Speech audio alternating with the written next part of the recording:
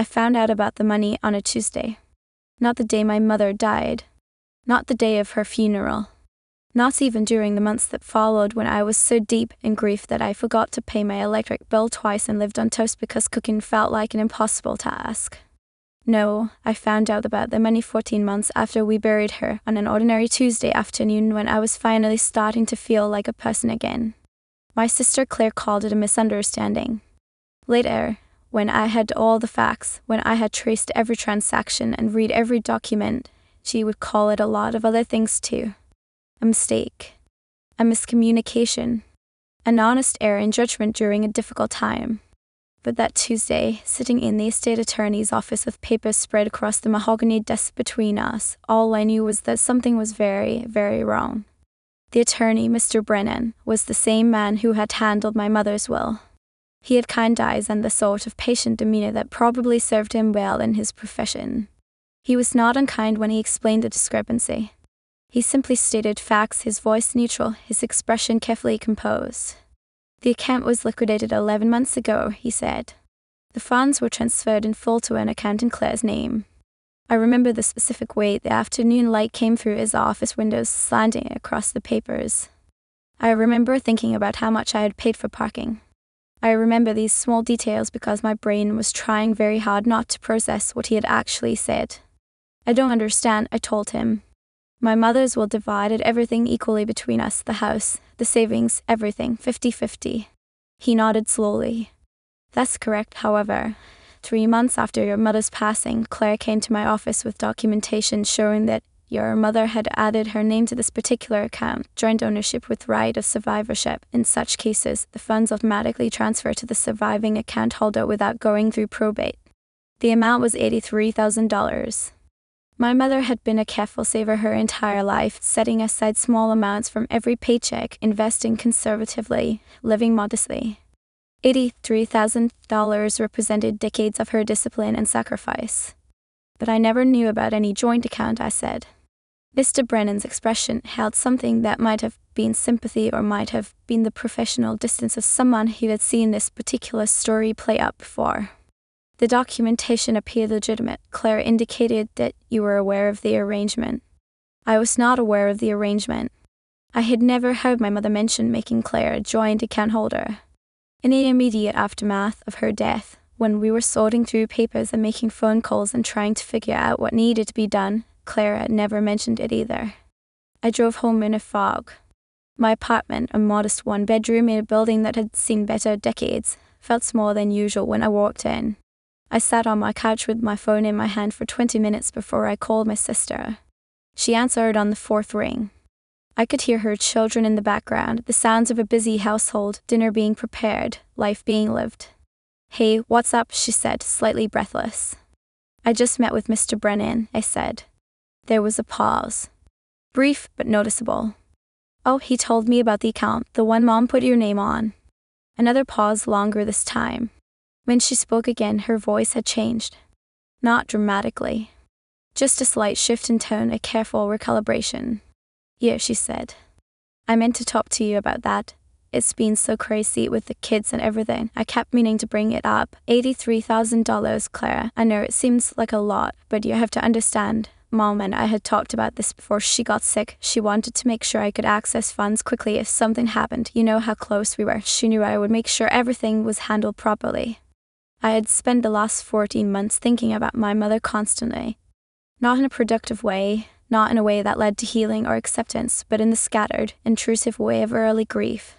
Random memories surfacing at appropriate times. Her voice saying something she used to say. The specific way she folded towels. How she always saved the comic section of the Sunday paper for me even after I moved out. My mother and Claire had been close. That was true. Clara lived in the same town, saw her regularly, brought the grandchildren over on weekends. I had moved 2 hours away for work, visited when I could, called every week. We had different relationships with her, different rhythms, different kinds of closeness. But $83,000. Mr. Brennan said you told him I knew about the arrangement, I said. Well, I assumed you did. Mom must have mentioned it to you at some point. She didn't, though you sure. I mean, it was years ago, when she added my name. Maybe you just forgot. You know how overwhelming everything was when she got sick. I did know. The last 6 months of my mother's life had been a blur of hospital visits and insurance forms and difficult conversations with doctors who used words like palliative and quality of life. I had used all my vacation time and then unpaid leave. I had slept on a cot in her hospital room more nights than I slept in my own bed. I had been there when she died, holding her hand, watching her breathe and then stop breathing. Claire had been there too, but not as much. She had the kids to think about, responsibilities, a husband who traveled for work. No one had blamed her for the uneven division of bedside hours. No one was keeping score. We were just trying to get through it. I need to think about this, I told her. Look, I know you're upset, but there's really nothing to think about. It was Mom's money, and she chose to handle it this way. I've already used some of it for the kids' school expenses. Jackson needs braces, and Emma's starting club soccer. You know how expensive everything is. After we hung up, I sat very still for a long time. There was a part of me that wanted to believe her. Families are complicated, and my sister was not a bad person. She was a good mother, a decent wife, someone who volunteered at her kids' school and made elaborate Halloween costumes from scratch. She had also lived with the constant stress of raising 3 children on one inconsistent income while her husband's sales job waxed and waned with market conditions. But $83,000. I spent the next several days doing something I had not done since my mother died. I went through her papers methodically. Really looked at them, not just sorted them into piles for the attorney. My mother had been organized, keeping files for everything, labels written in her neat, slanted handwriting. Insurance. Medical. Household. Bank statements.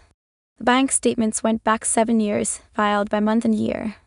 I spread them across my small kitchen table and started reading. It took me 3 evenings, going through each page, tracing the pattern of deposits and withdrawals. The account in question had been opened 22 years ago, shortly after my father left. My mother had deposited $100 to start it, then added small amounts regularly. $50 here. $75 there. Watching her build that account, line by line, year by year, felt intimate in a way I had not expected. I could see her discipline, her determination to build something secure for herself and for us.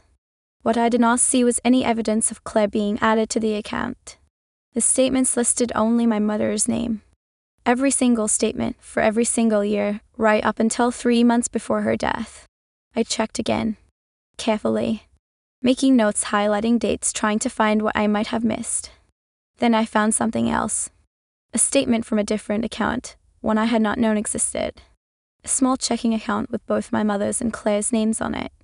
It had a balance of $2,000. According to the statements, my mother had added Claire to this account 8 years ago, presumably so Claire could help with bills if needed. The account had minimal activity. Occasional deposits, occasional withdrawals, nothing dramatic. So my mother had made Claire a joint account holder. Just not on the account that mattered. Not on the account with $83,000 in it.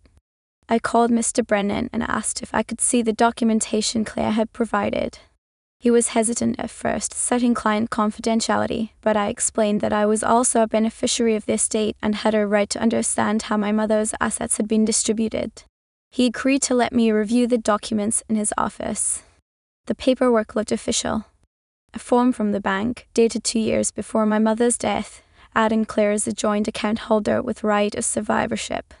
My mother's signature at the bottom, alongside Claire's. I stared at that signature for a long time. I had seen my mother's handwriting on thousands of documents. Birthday cards, grocery lists, notes left on the kitchen counter. This signature looked like hers. The right letters, the right slant, the right loops on the capital letters of her name. But something about it felt wrong. Not obviously wrong. Not in a way I could articulate or prove. Just wrong in a way that something can feel wrong when you know a person so thoroughly that even a perfect copy of their handwriting carries some indefinable quality of wrongness. "Can I get a copy of this?" I asked. Mr. Brennan made me copies. I took them home and looked at them again, comparing them to the birthday card my mother had sent me 3 years ago, to the note she had written me a month before she died, to her handwriting on a recipe card I had kept. I was not a handwriting expert. I had no credentials to make any kind of professional assessment. But I kept looking at that signature and feeling that same rawness, that same indefinable certainty that something was not right. The next step felt both obvious and impossible. I needed to ask someone who would know. Someone who could either confirm my suspicions or tell me I was imagining things in my grief. I started with my mother's closest friend, Rita. They had worked together for 20 years before retiring around the same time. Rita was practical, straightforward, the kind of person who said what she thought and did not waste time on social niceties. I met her at a coffee shop halfway between our houses. She hugged me when she arrived, the kind of long, tight hug that acknowledged everything we did not need to say out loud about missing my mother. "How are you doing?" she asked when we sat down. "Getting by," I said. "Some days are better than others." We talked for a while about nothing important. Her garden, my job, the weather. Then I pulled out the copies of the bank documents. "I need to ask you something," I said. "Did my mom ever mention making Claire a joint account holder on her savings account?" Rita looked at the papers. She was quiet for a moment, her expression thoughtful. "No," she said finally. "She never mentioned that to me." "Did she talk about her finances with you? I mean, were those the kinds of things you discussed sometimes, not in detail, but she told me she wanted to make sure everything was divided equally between you girls. She was very clear about that. She said it was important to her that you both got the same amount, that neither of you felt like she had favorites." Something in my chest loosened slightly. Validation, maybe. Confirmation that I was not imagining things. "Would it surprise you if she had made Claire a joint account holder?" I asked. Rita considered this carefully. "Yes," she said.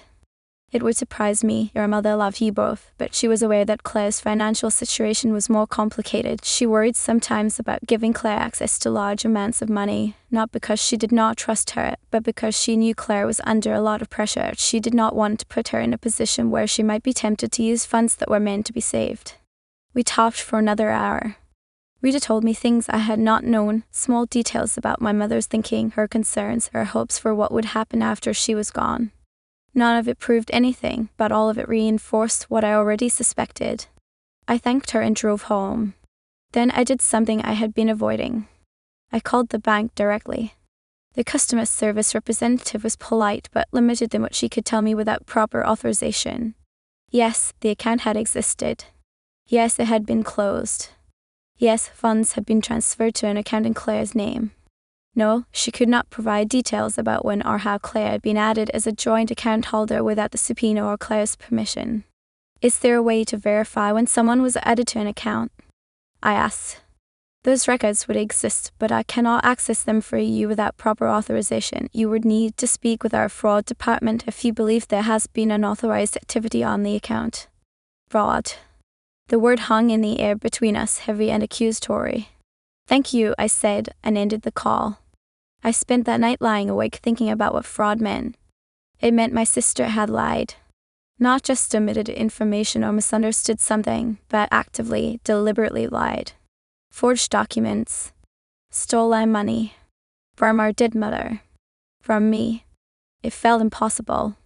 This was Claire, who had taught me to ride a bike, who had helped me with my college applications, who had called me crying when she found out she was pregnant with her first child. This was my sister. But $83,000. The next step required something I did not have, money for a lawyer. A real lawyer, not just a consultation, but someone who could help me investigate, who could file motions, who could request the bank records I needed.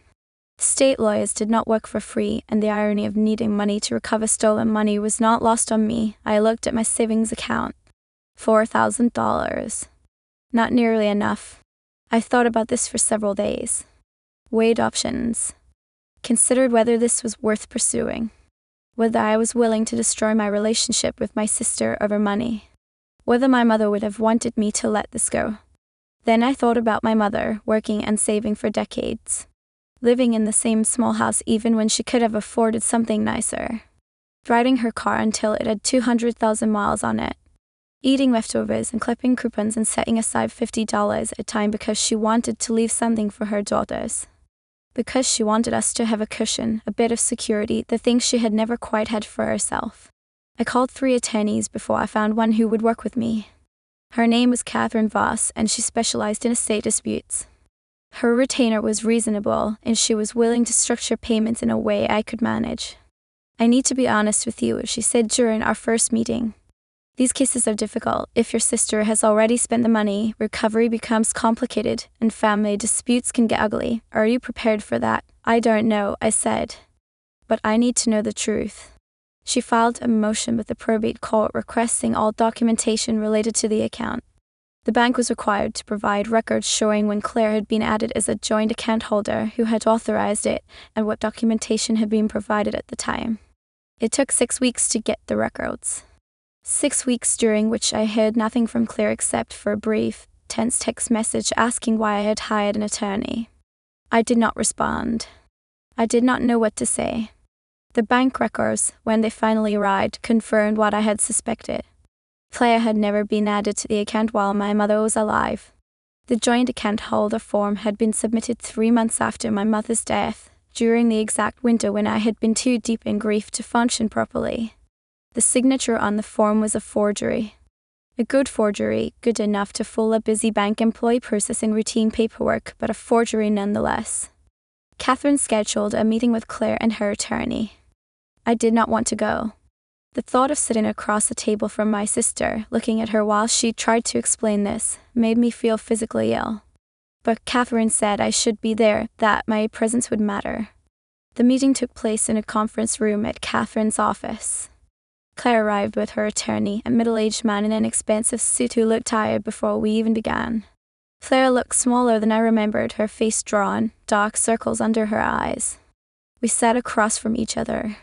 I tried to meet her eyes, but she looked down at the table, at the papers in front of her attorney, anywhere but at me.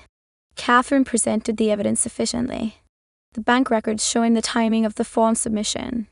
The analysis from a handwriting expert who had compared the signature on the joint account form to verified samples of my mother's handwriting. The statements from Rita and 2 other friends of my mother who testified that she had never mentioned making Claire a joint account holder. Claire's attorney tried to argue that the handwriting analysis was inconclusive, that the bank records could be explained, that family testimony was biased. But his heart was not in it. We all knew the truth. The only question was what would happen next. "My client is prepared to make a statement," Claire's attorney said finally. Claire cleared her throat. When she spoke, her voice was so quiet I had to lean forward to hear her. "I didn't plan it," she said. "I want you to know that. I wasn't sitting around thinking about how to steal from Mom. It just happened." She paused, gathering herself. I waited. "After Mom died, I was going through her papers, trying to help sort everything out. You were such a mess, and someone had to handle things. I found the account information, and I saw how much was in there, and I just thought about how much we needed it, how Jackson needed braces, and Emma needed new clothes, and the car was making the sound again, and I didn't know how we were going to pay for any of it." Another pause. I still said nothing. I thought about the other account, the small one Mom had put my name on years ago. How easy that had been, how she had just added me to help with bills. And I thought, what if this account was supposed to be like that too? What if Mom had meant to add me but just never got around to it? She was so sick at the end. Maybe she forgot. Maybe she intended to do it and ran out of time. So you decided to do it for her, I said. My voice sounded strange in my own ears, flat and distant. I told myself I was just carrying out what she would have wanted, Claire said. That she would have wanted to help us, that she would have understood, and then once I filled out the form and practiced her signature and actually went to the bank, it felt like I had crossed some line and there was no going back, so I just kept going. I told myself I would split it with you eventually, when things were more settled, when I had a chance to figure out how to explain it, but you didn't, I said. No, she said quietly. I didn't, and then time passed and it got harder and harder to say anything, and I just hoped it would go away, that you wouldn't find out, or that if you did, you would understand. The room was very quiet. Outside the windows I could hear traffic, the distant sound of a siren. "I'm sorry," Claire said. "I know that doesn't fix anything, but I'm sorry. I was desperate and scared and I made a terrible choice. I've barely slept since you called. The guilt has been eating me alive." Our attorney spoke up. "My client is prepared to enter into a repayment agreement. She acknowledges that the funds were not rightfully hers and wants to make this right." Catherine looked at me. The decision, her expression said, was mine. I thought about my mother. About $50 a time, year after year. about trust and fairness and wanting to leave something equal for both her daughters. How much of it is left? I asked. Claire's attorney consulted his notes. Approximately $19,000, $64,000. You spent $64,000 in less than a year. Claire's face was blotchy with tears now. The kids' school, braces, the car needed major repairs. We took one vacation, just one, because we never get to do anything as a family. Credit card debt, a new roof, everything just added up so fast. So you spent my inheritance on braces and a vacation. I spent our mother's money on her grandchildren, Claire said, a flash of something defensive breaking through the tears. On things she would have wanted them to have. She loved those kids. She did, I agreed. She also loved me, and she wanted to leave me something, not just money, but the knowledge that she had thought about me, that she had planned for my future, that I mattered to her as much as you did. You took that from me, not just the money, the certainty that I was equally important to her. Claire started crying harder. Her attorney put his hand on her arm, a gesture that seemed both professional and genuinely sympathetic. What do you want? Catherine asked me quietly.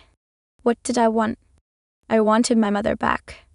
I wanted the last 14 months of grief to be uncomplicated by betrayal. I wanted to not be sitting in this conference room looking at my sister and seeing a stranger. I want the $19,000 returned within 30 days, I said. I want a payment plan for the remaining $45,000 with interest structured in a way that is actually realistic. I want a formal written agreement acknowledging what happened, and I want time. I don't know if I can forgive this. I don't know if we can have a relationship after this, but I need time to figure that out without you calling me or trying to explain or asking for understanding you have not earned. Claire nodded, still crying. Okay, she whispered. Okay. The agreement was drawn up and signed. Claire returned the accessible $19,000 within 3 weeks. The payment plan for the rest was structured over 10 years, monthly installments she could actually afford, with interest that was fair but not punitive. Catherine made sure every detail was documented, every clause clear and enforceable. I did not hear from Claire for 6 months after that meeting. No calls, no texts, no attempts to bridge the silence. I was grateful for that. I needed the quiet to process what had happened, to saw through the complicated tangle of anger and grief and loss. First payment arrived on schedule, direct deposited into my account. Then the second. Then the third. Each one appeared without fanfare or explanation, just the silent acknowledgement of debt being repaid. It took me almost a year to be ready to see her. She had reached out a few times by then, careful messages asking if I would be willing to talk, saying she understood if I was not ready, respecting the boundary I had set. When I finally said yes, we met at a neutral place, a coffee shop neither of us had been to before. She looked older. Or maybe I was just seeing her differently now, without the soft filter of assumed trust. Thank you for meeting me, she said. We talked for an hour. Not about the money, not directly, though it hung between us like a third presence at the table. We talked about her kids, about my job, about the small details of daily life that accumulate in absence of contact. It was careful, polite, the conversation of two people who were related by blood but no longer certain of what else bound them together. I don't know how to fix this, she said finally. I don't know how to make you trust me again. I don't know either, I said. I'm not sure you can. She nodded, accepting this. I think about Mom a lot, about what she would think of what I did. Me too, she would be disappointed in me. Yes, I said. She would. We did not hug when we parted. But we did not leave in anger either. We just left two people trying to figure out how to exist in the same world after something had broken that could not be fully repaired. The payments continued. Every month, like clockwork. Years passed. I moved to a new apartment, one with better light and space to breathe. I was promoted at work. I dated someone for a while, then broke up, then dated someone else. Life continued in the way that life does, accumulating days and months and small changes. Claire and I maintained a distant, careful relationship. We texted on birthdays. We saw each other at the occasional family gathering, interactions that were polite but not warm. Her kids got older. Jackson got his braces off. Emma stopped playing soccer and started playing volleyball instead. I heard these updates through other people, through the networks of extended family that continue regardless of fractures between sisters. 5 years after that meeting in Kevin's conference room, something shifted. Not dramatically. Not in a way that would make a satisfying ending to a story. Just a small shift, a gradual thawing. Claire called me one evening. Not to talk about the money or the past, but because she had seen something that reminded her of me. A news article about a project management methodology I had mentioned once years ago. It was a small thing, barely worth a phone call, but she had called anyway.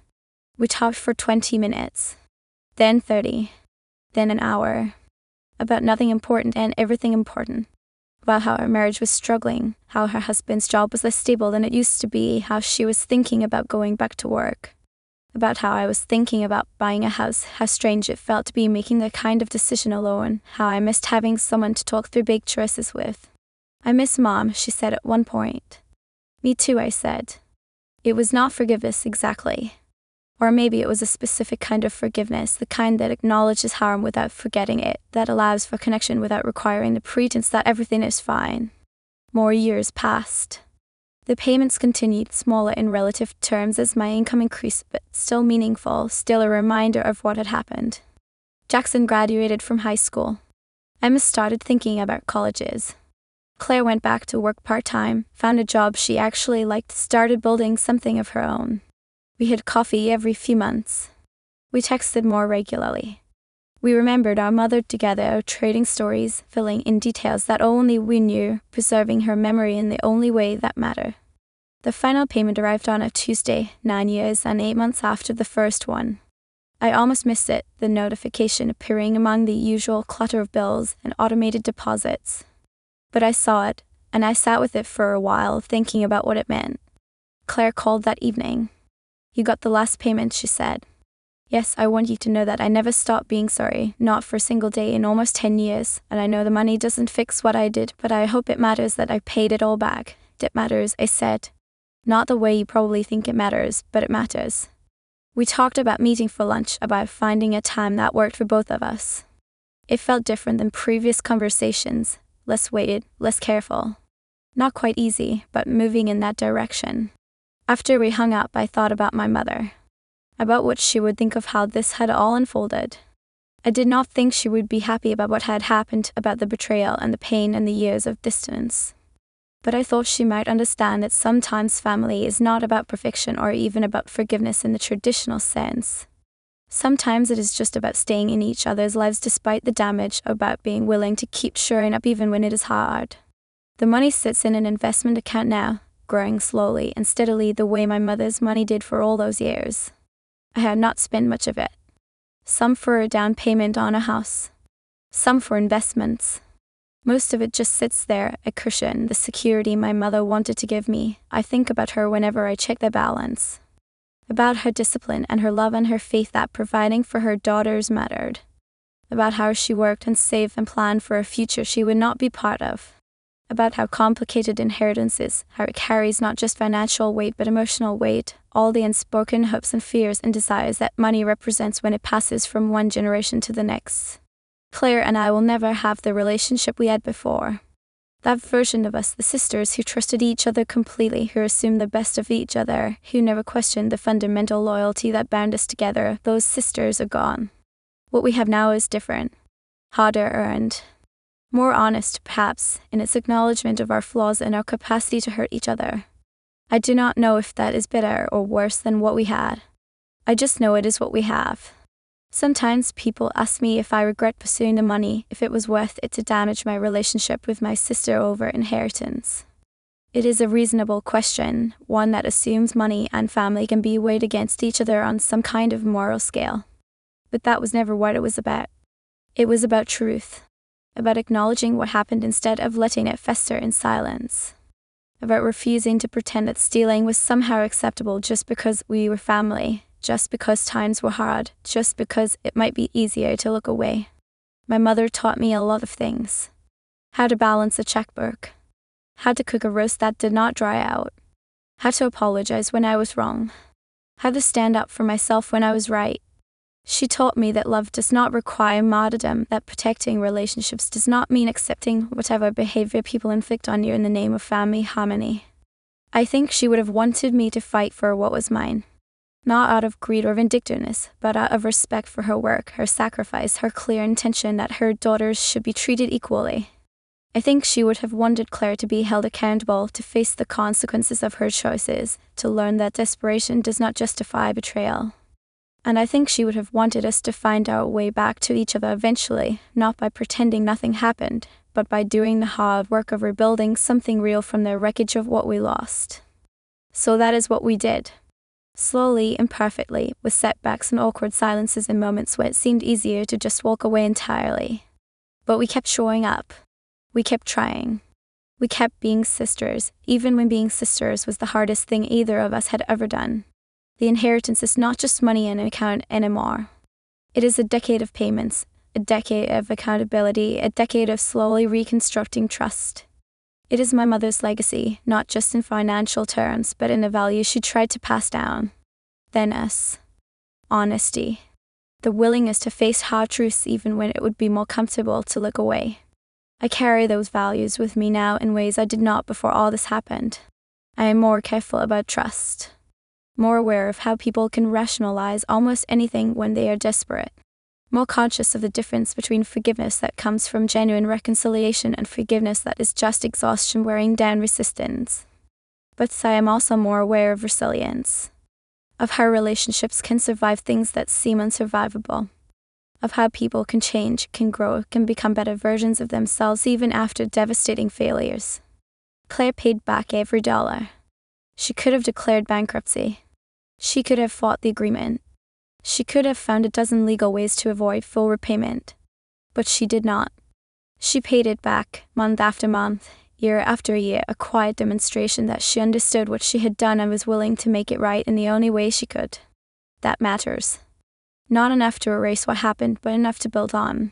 Enough to create the foundation for whatever our relationship becomes going forward. I still think about that Tuesday, sitting in Mr. Brennan's office, hearing for the first time that something was wrong with my mother's estate. I think about the person I was then, still so deep in grief that the betrayal almost did not register, that I almost convinced myself to let it go because confronting it seemed too hard. I am glad I did not let it go. I am glad I fought, even though fighting was exhausting and expensive and emotionally devastating. I am glad I insisted on the truth, even though the truth was ugly and complicated and permanently changed my relationship with my sister. Because the alternative would have been living with the knowledge of what happened, with the resentment and hurt and anger all turned inward, poisoning everything. The alternative would have been pretending for the rest of my life, smiling at family gatherings while carrying the secret weight of stolen inheritance and unacknowledged betrayal. That would have been easier in some ways. It certainly would have been less confrontational. But it would not have been honest. And it would not have honored my mother's memory the way she deserved to be honored. So I made the hard choice. I pursued the truth. I held my sister accountable. I accepted the consequences of that accountability, including the years of distance and difficulty and damaged relationship. And now, on the other side of that decade of slowly rebuilding, I can say that it was worth it. Not because everything is perfect or because my sister and I are as close as we used to be, but because we are building something real, something based on honesty rather than convenient fiction, something that might actually last because it acknowledges the truth of what we are to each other. We are sisters who love each other. We are also sisters who hurt each other badly. Both things are true. Both things will always be true. And learning to live with that complexity, to hold both truths simultaneously without letting either one erase the other, that is the real inheritance my mother left me. Not just money in an account, though that matters too, but the example of her life. The way she handled difficulty with dignity. The way she valued fairness and honesty in treating people with the respect they deserved. The way she loved us both, equally and completely, and trusted us to become people who could honor that love by being honest with each other and ourselves. I hope I have done that. I hope that in pursuing the truth, in refusing to let betrayal go unacknowledged, in doing the hard work of slowly rebuilding a relationship that was nearly destroyed, I have honored what she tried to teach me. I hope that wherever she is, she knows that the inheritance she left was not wasted. Not the money, which sits carefully invested, growing slowly the way she would have wanted. And not the values which shaped how I responded to the worst thing my sister ever did to me. Some stories end with reconciliation, with tearful hugs and proclamations of forgiveness. This is not that story. This is a story about the messy, complicated middle, about learning to live with damage that cannot be fully repaired, about building something new from the pieces of what broke. My sister and I are not the sisters we used to be, but we are sisters still. Imperfect, guarded, aware of each other's capacity for harm, but still showing up, still trying, still choosing, day after day, to be family despite everything that has happened. Maybe that is enough. Maybe that is more than enough. Maybe that is the only kind of happy ending that matters, when the story involves real people with real flaws and real capacity to hurt each other. I do not have all the answers. I do not know what our relationship will look like in another 10 years, or 20, or when we are old women looking back on our lives and trying to make sense of all the choices we made. But I know we will still be sisters. Complicated, damaged, honest sisters. And maybe that is the best inheritance of all.